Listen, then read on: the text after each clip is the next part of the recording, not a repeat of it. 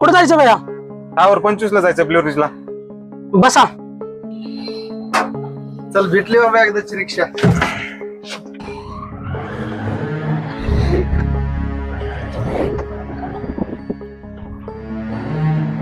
दादा हे उतरल्यावर मला थोडं पुढच्या टावरला सोडा. हा सोडतो.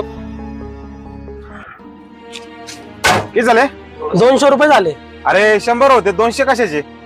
तू अगोदर मला पैशाचं काय बोलला होता का? 200 रुपये होतील आणि तुला द्यावाच लागतील. बरं ठीक आहे, आता देतो तुला पैसे.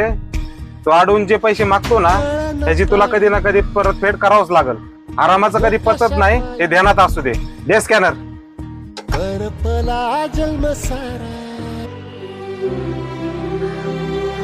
झाले. ओके.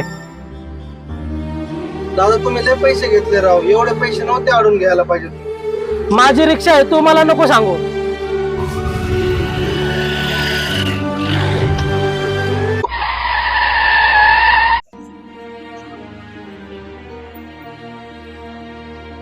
अरे यार, टायर फुटला वाटतं. दादा तुला एक गोष्ट आठवली का? मागाशी जो गडी उतरला तो काय म्हणला होता? तू अडवून जे पैसे मागतो ना त्याची तुला कधी ना कधी परतफेड करावंच लागल. तू असं दुसऱ्याकडनं अडून पैसे घेतोस ना, तर तुला बी कुठं ना कुठं तरी याची फेड येणारच होती. मगाशी त्याच्याकडनं तू जेवढे पैसे घेतले त्याच्यापेक्षा दुप्पट पैसे तुला आता भरायला लागतील भावा. ध्यानात ठेव, कष्टाचा पैसा कधी सरत नाही आणि हरामाचा पैसा कधी पुरत नाही. हे घे तुझे पैसे पाठवले बघ. इमानदारीने धंदा कर.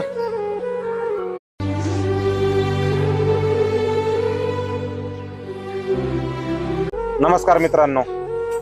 भावांनो, हा व्हिडिओ त्या रिक्षावाल्यांसाठी जे कस्टमर कडून अडवून लुटून पैसे घेतात. इमानदार रिक्षावाल्यांनी ही गोष्ट मनाव घेऊ नये आणि जे लुटून पैसे घेतात त्या रिक्षावाल्यांसाठी एक गोष्ट सांगणे, इमानदारीने राहा आणि इमानदारीने खा. धन्यवाद.